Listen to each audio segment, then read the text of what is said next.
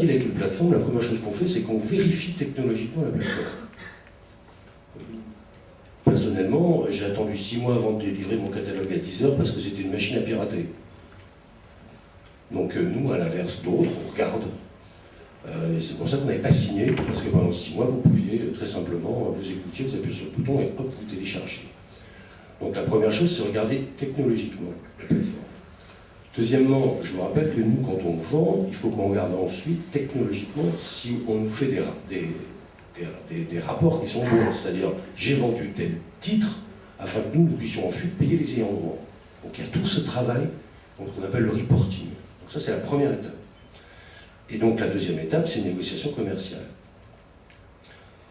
Globalement, aujourd'hui, il est clair que si sur une plateforme de téléchargement, on ne fait pas au moins, je parle d'Universal, 10 000 € par mois, aller injecter 1,5 million de titres, renvoyer toutes les semaines les nouveautés, etc., vont nous coûter plus cher que le business qui est fait par la plateforme.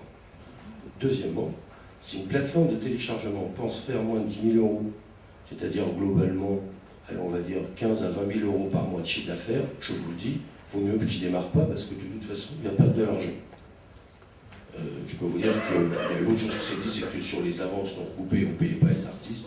Personnellement, je paye les artistes sur les avances. Voilà. Parce que, excusez-moi, quand on parle de quelques centaines de milliers d'euros, payer la royalty de l'artiste là-dessus, je ne vais pas me fâcher avec l'ensemble de la communauté artistique pour 100 000 €, je suis moins débile que ça.